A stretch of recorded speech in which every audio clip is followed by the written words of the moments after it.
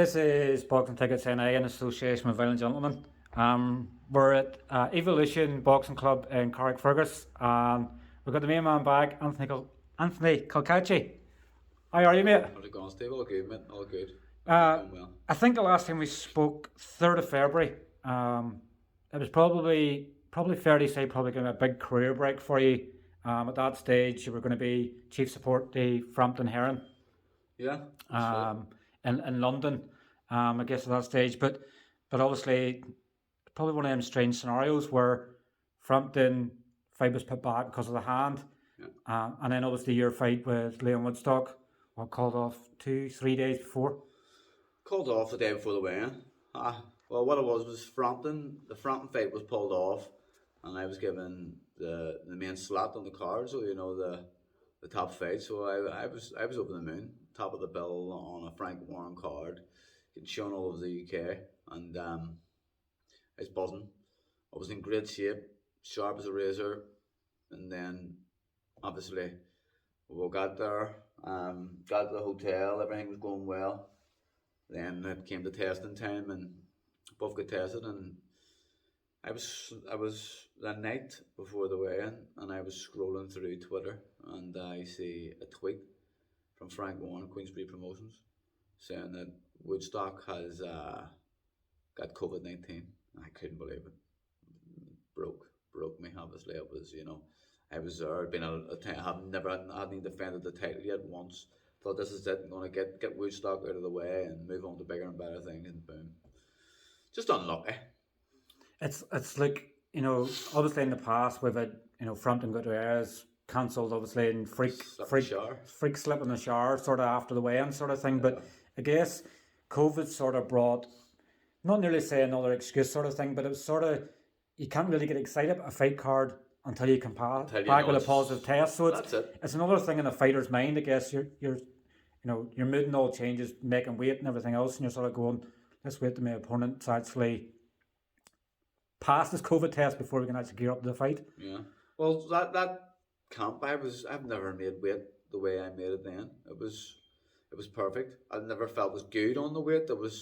Everything was just going as well as it should have been. It was just feeling amazing, and it was just a shame, as you say, like you can't get too excited in these uncertain times, and people are feeling tests left, right, and centre, but it just is what it is. And obviously in the lead up as well, was it January or over Christmas, you were sparring with Carl as well and sort of rolling back the sort of times as well. So That's right. I had good experience over there doing sparring with Frampton for the Hurricane fight then. That would have been the top of the bill. And it was great. It was great to mix with Jamie Moore and Nigel Travis and all the rest of the lads. It was amazing. It was surreal being there, seeing how proper pros train. Did you get debagged over in Manchester, did you? I got the trunks pulled down as soon as I walked through the gym door. I think it's just a given now. If you're going to that gym, you're going to get debagged, It was funny. And it was totally unexpected as well. To literally just walk through the door, grab my ankles. Okay. Nigel's a funny lad. I think actually Stephen Ward probably saved you, because I think he actually put like a smiley emotion, because obviously I think there's a wee bit too much showing, He covered it up. But sort of going back to obviously the Woodstock fight being cancelled, like for something like that to happen a couple of days out from the fight, like I can only imagine. Obviously, never been in the position myself, but I can only imagine when you're really really up here, and you're going, I'm haven't fought in so long, now I'm going to get a fight. They've been really, really motivated when something like that happens. Like, that's a serious kick in the balls. It is. It's like, I probably took it worse than what I should have. I should have just, it was just, I haven't defended the title. The opportunity was there. It was top of the bill. Everything went perfect for me. Prior to that, I hadn't had a payday. I was full time training twice a day, sometimes 3 times a day, just trying to stay hungry and motivated, and sold my car to buy my shorts and to buy other things, and not that I get sponsored. I've got good sponsors on board, you know what I mean. Mm-hmm. But it just at that stage it was tight for me, and to come home with no win, no money, just a kick in the teeth. It's demoralising, really, in a way, because, like, let's face it, the world of social media nowadays, fighters getting slated left, right, and centre, where they win, where they lose, who the opponents are, and everything else. Like, social media is a load of shit. The best thing to do is to stay away from it. You know what I mean? It's full of haters and people snooping. It's not a big they've fan. nothing better to do. But, like, for you to come away, not only obviously the chance of getting out there and getting a fight and headline on a card, but not getting any money out of either. Like, that's what, 19 months now you're out the ring, and, like, people sometimes don't understand. You're a professional fighter. The only way you earn money is inside the ring. Yeah, that's it. Like, I mean, I don't do anything other than that, really. I try and fit in friends would try and help me out. Don't get me wrong, I have Cozy Roof, they sponsor me and they have been looking after me for the last year. I have Nico's that look after me, and Top Chaco Cosmetics, plus many more, but them top three, they look after me and do a good job with me. And whatever I need, they'll help me with. But again, boxing's a wage, like, you know what I mean? I've got 3 children that need things and whatever else, and it's just And like, it's like 19 months of inactivity. I know you've had obviously inactivity in the past, but it's not like you haven't wanted to fight. No, I've been there, I've been ready, I've been training. A couple of things have just been unlucky. Seems to be the trend of my career. It's just you think you're there and you're not there, and it's just the way it is. Just the way it is. Don't want to do too much crying about it because I've been crying for too long. But it's like 3 times Woodstock fights been made and obviously not happened. Yeah. Like, I know I'm sort of going to touch on this next, but I know obviously Woodstock it was been made as a voluntary, but like when that fight doesn't happen, like particularly with the last time it not happening, you were on weight, blah blah blah. I think Frank had a card like 3 or 4 weeks after. I think the plan was to have it. Like, you could have went away, taken a week off. They could have got another opponent in there. Well, so how many British super featherweights is there? Is it just come back to the testament that nobody wants to fight you? I don't know. I mean, I genuinely don't know. It's, on that, when Woodstock had got the virus and whatever, like, he knew he had the virus anyway. He said he didn't, but he knew coming down there. He travelled down alone. It was weird, and the rat shook my hand as well. You know what I mean? Thank God I had COVID in January, so I couldn't contract it again, so. But I don't know. There was opponents on the night that were offered. I know it's not a big time frame, but it's a payday, and let's take it in and have a fight. I don't know who they were. There was a couple of them, but I don't even want to mention any names. But they all turned it down, and I don't know. It's just a strange one. Like, I mean, I'll fight anyone right now. Anyone. I mean, who is there? Who is there wants to fight? Anyone watching this here? Get in contact. I mean, Woodstock, don't know if Woodstock's out of the picture. I don't want anything to do with Woodstock anymore. He's a cheeky, disrespectful, whatever. Yeah. But, he makes things up in his head about dates. Unless I'm just not being told things, which is possibly true as well, because, I mean, I can't seem to get a text message back these days from any of my own people. Mm-hmm. But it is what it is, do you know what I mean? If any of us want to fight, let's get it on. Doesn't matter who you are. And it's like, it's sort of, like, I've seen Woodstock's tweet, and I don't really want to sort of mention too much about it, but the sort of unprofessionalism involved there, is it, like, as if you don't want to fight, like, is it voluntary? It's not a mandatory, it's a voluntary, so you were giving him the opportunity. Yeah. It's not that he was giving you an opportunity. So for him to come out and, like, boxing's in such a bad state sometimes with, there's a lot of things with mental health, with COVID and everything else, and they come out and obviously call you things that obviously shouldn't be called to anybody. Like, if fans were calling him that the opposite way around, he would play a different card, going, this, that, or the other, why am I getting disrespected? All they're doing is call me names, but he's calling you names to try and make a fight. He's an absolute clown. Like, I mean, he can call me whatever he wants. That really doesn't bother me. I mean, would maybe bother other people. It doesn't bother me. It's just, I get what he's at. He's, trying to sell himself in a way, make himself look big. But, the reason that Woodstock's there is because I want him to be there. Like, he fought Sharp. He got a heading. He fought Barrett. Well, he didn't really get a heading against Sharp. He gave a good account of himself. But he was beat. Barrett beat him. I just wanted to show that I could knock him out. And that's exactly what I was going to do.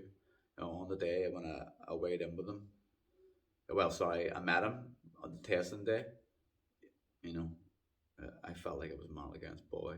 You know, I felt like he was small and fragile, but And in a perfect way to sort of open your account with Frank as well, because like it would have been. you're saying with Frank, It would have been an exciting fight too, because you know, I say he's got heart, he's got a set of balls. He would have definitely brought it to me, but there's been people that's brought it to me before. You know, who are meant to be decent and good, like couldn't hack a pace. exactly, and obviously keeping up that man and sort of looking at Sharp. You know, I know obviously we've given him a bit of stick and stuff in the past, but Yeah. like he was supposed to fight last weekend, I think against Souza for the WBO Global belt, and obviously he's still at the whole. You know, I think he said, I think he put a tweet yesterday saying the Shakur Stevenson, I'll see him soon. Yeah. You know, like I know at times, yes, you have to try and sort of sell your motivation and everything else and sort of confidence you have, but like, you know, for him to think it probably getting into a fight with Shakur Stevenson and probably having any chance, like Dago Gertie, you know, not disrespecting Dago, but Dago was beating him up for 6 rounds, and you know, he threw a big left hand. No, I think maybe it went to 6. did it? Okay. I think Dago was well ahead. Yeah, he was well ahead. He threw a big left hand, pretty much like a rangefinder, and landed in Dago, and that was it. Listen, see Dago, he is a top class operator. There's no doubt about it. You know, I've known Dago from he was a child. He's a very good fighter, but chin lets him down a lot, and that's what happened there. You know, it's just he got caught. The same as Marco McCullough, he was caught. You know, he's been knocked out. Same as Tini, he was, you know, he was outboxing most of these guys, but just couldn't take the heavy shots. I mean, but Dago was a good, solid fighter. And yeah, he was boxing ahead of Sharp, and making Sharp had no answers for him except that big punch that he caught him. You know what I mean? I truly believe that Sharp's a hick job.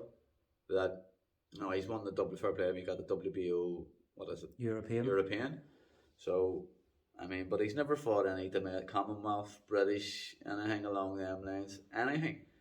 So until he does, you know, I don't think he's got the right to say anything, call out any of these boys. Like Shakur Stevenson is lethal. You know, destroys Sharp, destroys him, destroys most of the people in the division, to be honest. You know what I mean? But yeah, I just let Sharp carry on whatever crap he wants to talk. But he wrote something on Twitter. There was once I retweeted something. You know, let's get it on. Let's fight. And he wrote something about me drinking and drugs or whatever. And I was like, you fucking serious? Like, I mean, I don't even drink. Don't do nothing. You know, I'm a family man. He's a buck agent, but that is what it is. But it's one of the things. Sometimes he's probably thinking, would you rather lose to the best? Then, you know, if he was probably to lose, say, in a sort of domestic level fight, they're probably, you know, probably lose exposure to sponsorship and things like that. Whereas, you know, he's bringing on the whole WBO number 4. I'm in line for a world title, which he technically it's still probably miles away from, because Stevenson's next in line for the belt, and it looks like potentially Heron and Valdez are going to fight next unification. So then Stevenson has to wait off for that, which then delays everything else. So like he's at his limit pretty much at 4 at the moment. So he's going to need decent fights. Like it's an easy fight to make as well too. You're both signed with Frank. Yeah. You know. Maybe, you know, he's protecting that spot, you know, at ranking, but he might get a big shot out of it, you know. But is he ready for that type of people? In my opinion, no. But fair play to him. Walked away. And obviously one of your previous opponents, obviously Martin Ward, you know, the world title final eliminator, I think, in America. Not Saturday past, it was Saturday before, and obviously lost. But sort of, that was a fight you sort of looked at in the past. Yeah. You know, I know we obviously have good respect for Martin Ward as well. So, yeah. You know, probably he sort of tried to step it up and it's fallen short now. So that could potentially be a fight. You know, now that he's seen he's get beat. Obviously, he was beat after the fight with you, but obviously James Tennyson. But obviously, that could potentially be a fight. It could be, you know, I guess he's the only person that's beat you as a pro. Yeah. So sometimes you're sort of going to want the revenge. Yeah. You know, that sort of fight you would still sort of look at. I sat up to watch Martin. I thought he was boxing very well. The guy was fighting a very good fighter. You know, back foot counter puncher. But I thought he was doing well, and he got caught a couple of times and was unlucky because I know he sat back and he's waiting on that opportunity. You know, I would have liked to have seen him do it, and I would have liked to have seen him push on and make something better of himself. But I mean, who wouldn't be proud to call himself, you know, British, European, Commonwealth, uh, world got the world title final eliminator. You know, that's a good career.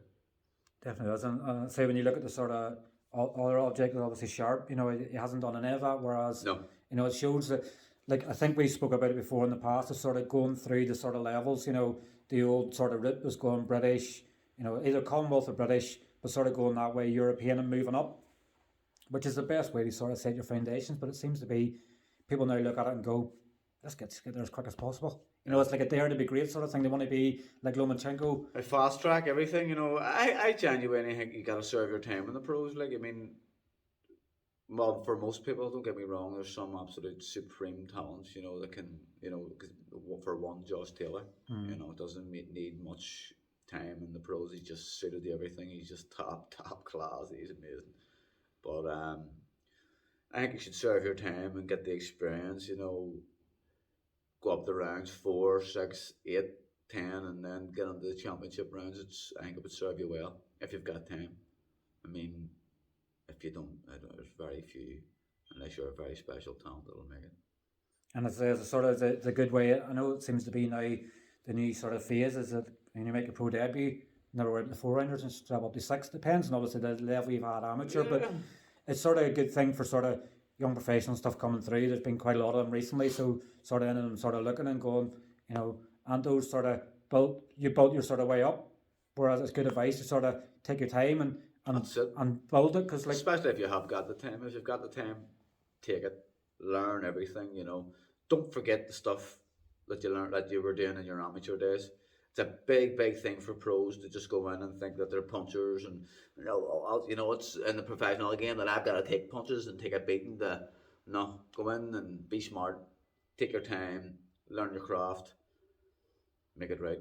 And it's like even looking at your own career. I remember you mentioned this in another one before. Like you've plenty of power. Like, you know, Carl's obviously been out there in the past and sort of said that, you know, I think there are times he sort of his words have been mixed up, but obviously he said that James Tennyson's probably happened really hard. You've probably been the hardest, you know, happened the hardest.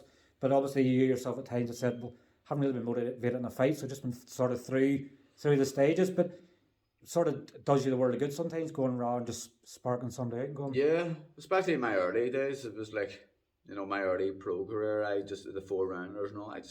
I was always very negative in doing the rounds. You know, always like just thought, you know, 6-rounder, Jesus, what will I be able to do? I never worried about any opponents ever. Like that's me. I worry about me, you know, and always worried about being able to do the rounds. So when I've done. Like I never forget, you know, whenever I was with the late Paul McCulloch and Sean McCulloch, that I done an 8-rounder on, I think it was like a Queensbury promotions card, and you know, I fought a journeyman, you know, that I could have knocked away in 2 rounds, and I done 8 rounds with him. I felt like I wanted the world title. You know, I just felt amazing. I could do 8 rounds. This is talented, and that's where I learned to pace myself. You know, definitely, because I say it bodes well. Like sometimes when you get thrown in against somebody you're expected to blow away, you do the round to sort of build you up for the next one, because there's no point 2 rounds going in and blowing somebody out, and then you have to wait for like 3 months for another fight to come, and then you have to build up to it, and you're going, what have I done? I haven't been in the round. Yeah, you know, exactly it. Sort of want to touch on obviously really good friend of yours, Carl Frampton, obviously, dared to be great. Probably have been great for you if in that card in March had went ahead, because obviously, you know, being old gym mates and everything else, you know, come up through everything together. Obviously for the fight to be held off to then to happen in Dubai, dare to get down in history, but just wasn't to be. It wasn't to be. I thought he was looking lethal. He was looking, you know, I could see the determination in him. I could see he wanted it, you know. But Herring's just big, isn't he? He's just massive. And it was hard, you know. I could see Carl trying to get under his jab. He couldn't get past the jab. And, you know, I think being in Bahrain rather than watching them on TV is like two different things. You know, it's like he just looked very, very awkward, and Carr did everything he could. It was just that this guy was huge, and he couldn't get past, he couldn't get in, and he got in and get caught. That was it. And I think it's probably fair to say as well, like opponents probably in the past wouldn't have thought Carl was so good as well, you know, particularly his feet work. Yeah. You know, opponents thought, Frampton looks easy, and then in the ring and they're going, you know, the footwork was so good they couldn't get anywhere near him. Like Scott Quigg, probably the best sort of example of that, where they got in and they're going, crikey, I'm trying everything I can. I would say Quigg was a bit negative sort of respects as well, but Frampton's footwork was, Jesus, it's amazing. You know, he knows exactly, he knows his way around the ring perfectly. You know, not only that, sheer determination and power and grit and balls and everything all rolled in the money has it. You know what I mean? You know, beat guys like Leo Santa Cruz and, you know, even Scott Quigg, and at that stage, you don't beat these guys being just average. You have to be special, and he is special and most special. And obviously, I think now that he's went into retirement, I think he's going to be a bodybuilder or something. I think he said he's sort of going to bulk up a bit. So can you imagine Carl walking about? Maybe a wee beast, an absolute beast. Well, listen, I'm glad that he's retired now and he's able to enjoy his life to a full and enjoy his kids and his family and not have to travel away all the time. You know, I've experienced that before, and yeah, it's good for you. Maybe 3 weeks out, 4 weeks out to take yourself away out of your comfort zone. But he was doing 12-week hard camps. You know, missing his kids and whatever else, not being able to eat. See, now he can go and eat whatever the hell he likes, and I'm sure he's a happy man. Definitely. And he's got a few pounds in the bank and a nice big house, so why wouldn't he be? I think that sort of the fan sort of approach sometimes is you'd love Carl to stay within boxing, but I think he always said when he did retire, he probably wouldn't look back into it. Probably give fighters advice and everything else he's doing. Obviously, the stuff in BT and stuff, but in some sort of selfishness way, sometimes you'd probably like him to bring somebody under his coattail. You know, and any sort of like obviously Barry probably done in early on with Carl, and not sort of trying to bring it up for that sort of respect, but Barry was a world champion, brought Carl under him, and sort of people latched on to him sooner. So if probably for an Irish boxer coming through, Carl was already well established before Barry anyway. Do you know what I mean? Barry got his name out there a bit, yeah, with the TV and with his name, but I think with McGuigan's or not with McGuigan's, Carl was always destined to be a world champion. Even when he was an amateur, like, you know, he was a great amateur, even though he had the perfect pro style. Like, I knew he was going to do big things, and I'm sure so did the rest of all the other Irish fighters too. Like I think he sort of said as well, he feels sometimes as if he'd nearly overachieved because, you know, probably everybody's dreams to become a world champion. You know, but become a three-time world champion. It's unbelievable, you know, to say, like, it's sort of one of them stories in years to come. People will go, you know, like Carl's probably kids still coming up now. Who do you want to be when you grow up? I want to be Carl Frampton. You know, for years to come, it's still going to be that. And it'd have been fitting probably in a way that if it had been a 3 world champion, you know, it's creating history. Yeah. You know, it's sad and whatever else, but he dared to be great, and it just never happened. And that's just, you wouldn't want him to dwell on it too much. You know, see if I could look back and think, jeez, even one world title, you know, that's me complete. Headlining cards in America and everything. Yeah, and you know, there's a certain percentage of people who can say that, or there's a certain percent of people that make money out of boxing, and he's done it all. So like, class. That's all I can say. It's amazing. Enjoy retirement. Does it sort of still keep the fire burning yourself? Sort of going, I just want one opportunity. Yeah. You know, one opportunity to grab it. You know what? You're 33 now. I'm turning 33 in February. I have a few months left. But I'm getting there. I just want an opportunity, as I say. Like, I mean, Woodstock started sprouting all this shit about a date that I never even had a clue about. There was no date in my mind.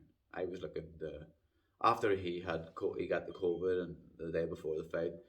You know, it was a kick in the bollocks, to be honest. So I wanted to move on. I want a challenge. I want one challenge here. Now, you know, it doesn't matter who it is. Just get me someone who is meant to go in and destroy me, and let's go and see what I can do. Do you know what I mean? And sort of, like as I say, you won Inactive and obviously Boxrec now because of obviously the time out. I do know that obviously in the background they were obviously trying to get you W. I think it's a WBA Gold belt against a Russian, and it was going to be a final eliminator for world title as well. So was it sort of like in the background when you sort of know talks like that's going, you sort of going because of the luck I'm sort of having, it's not going to happen. It obviously hasn't ended up happening because of boxing. You know, people slip in the rankings and you know they throw somebody else in there instead. But like that's the sort of opportunity you just want now. It's just like that's it.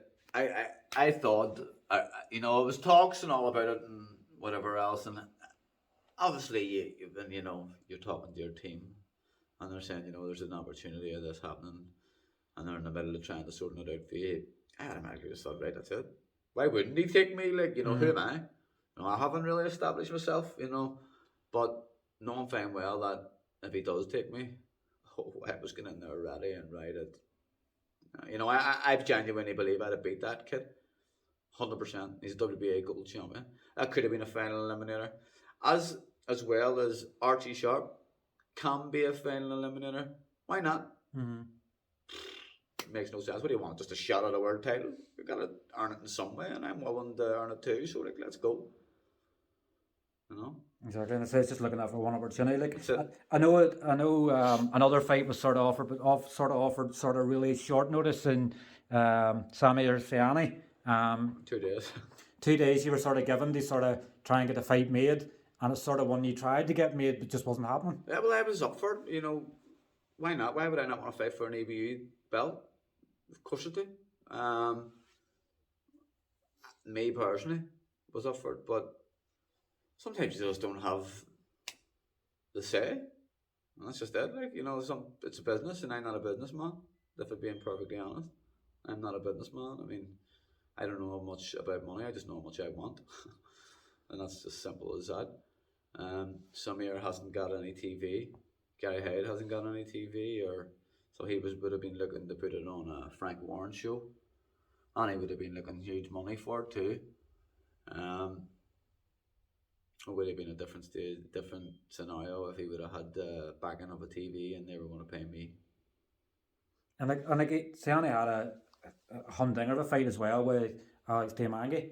You know, I think it was up for fight of the year and stuff as well. And quite good. You know, but Diamanghi obviously stopped in the last round, I think it was. Round. But he should have been probably stopped beforehand. I think was it the round before he could hardly even walk. Yeah, he was exhausted and he got the benefit of the doubt by the referee. But I didn't think, you know, maybe you could say it could have been stopped, but give him the chance because he was winning. I had him winning the fight. You know, I mean, Ziani's just there. I mean, if Dilmangani would have used his head that wee small bit more, you know, he sat in the pocket with him. What was he doing? Sit in the pocket, get off, get your shots off, and get out and box ahead of him. He was a taller fighter. He could have done that, you know.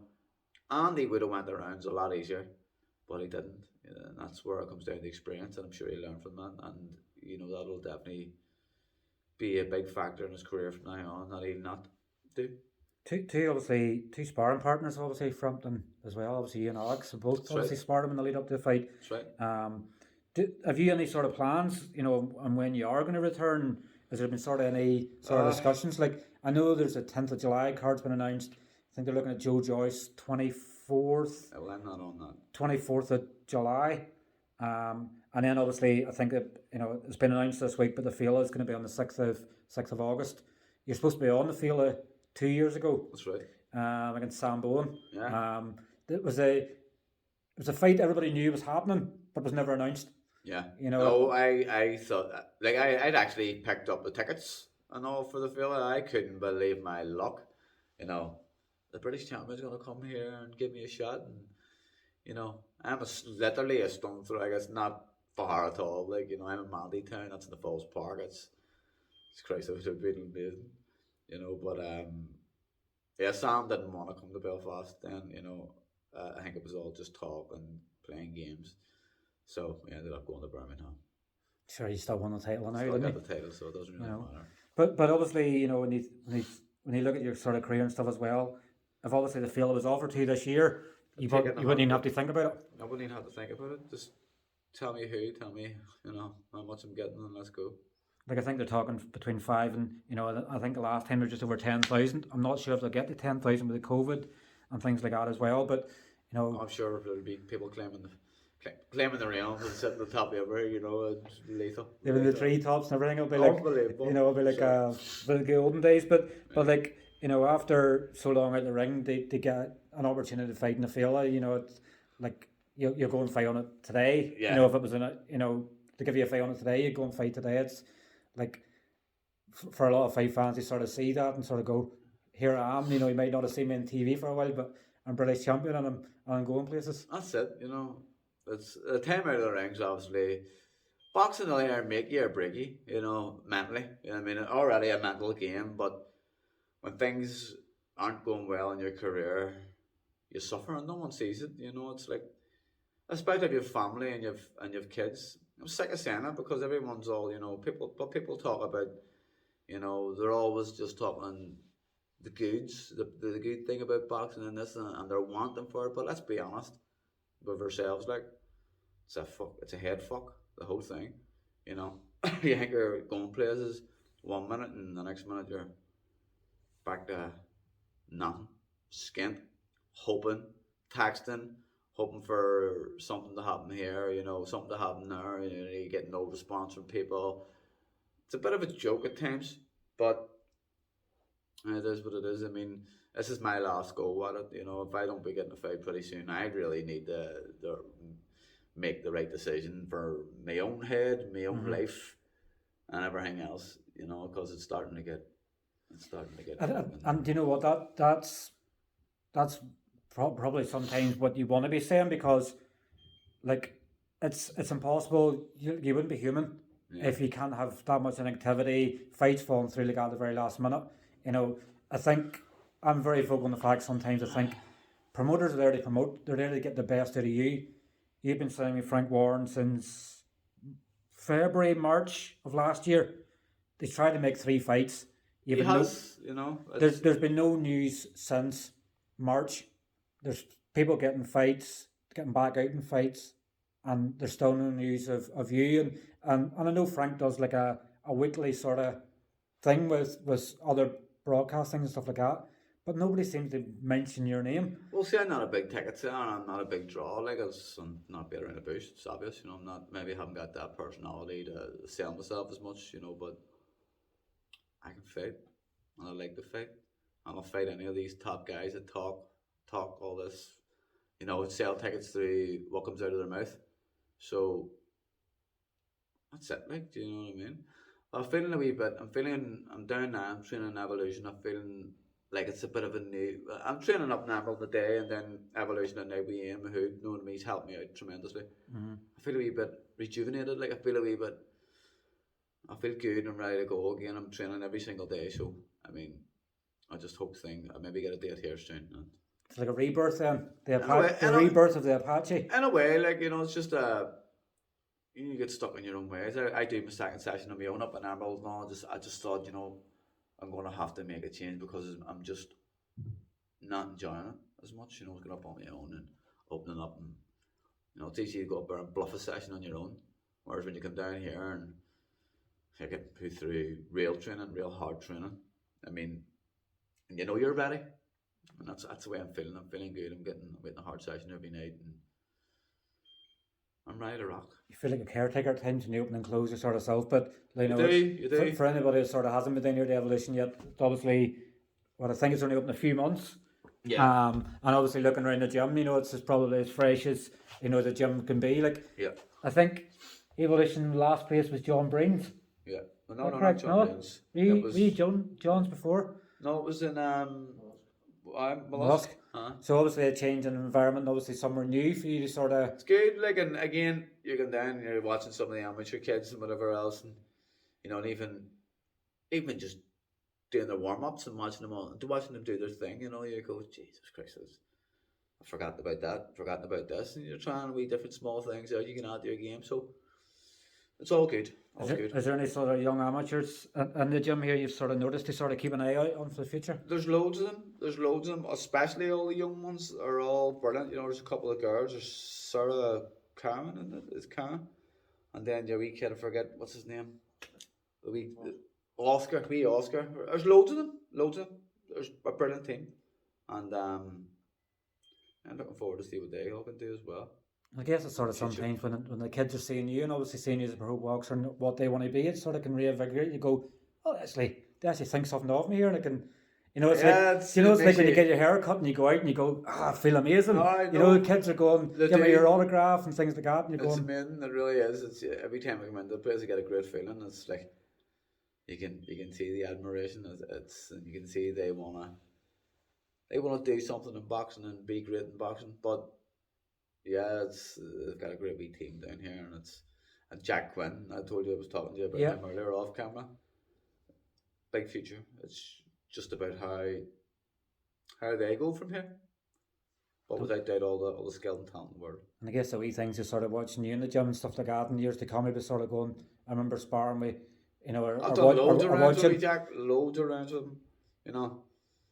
So talented. So. I fully expect him, and he's got a great attitude, so I expect him to do big things. Definitely being the perfect role model sometimes for him as well. Obviously, one final thing, sort of before we go, we've got you to sign a pair of gloves. 100%. If you just want to show the mirrors, obviously, so people can see that it's your autographs. You know what the world's like nowadays, and people's going, they need to sort of prove. So we're going to do a wee competition, obviously afterwards. So for anybody who's obviously sharing and commenting on sharing obviously this interview, and obviously hashtagging the Apache in your post, and obviously we'll get a winner picked in probably due course. But look, Anto, obviously, as we always say, I think this is what 3 or 4 interviews we've done now. No fight. That's what I'm saying. No fight. I'm a wee bit embarrassed there. I was talking to you before. It's like, what am I meant to say? What am I meant to talk about? It's like, it's just one of them things. And as I say, I'm final crack and let's see what happens. Definitely. So obviously if Frank's listening, or if anybody obviously wants to tag Frank in the interview, to obviously remind him that Anto's still his boxer and to give him a fight, please do so. But hopefully the next time we're obviously talking, you probably either be victorious in a fight or you have a fight coming up. Hopefully. All right, cheers, Anto. Take care. Much, Steve. Thanks.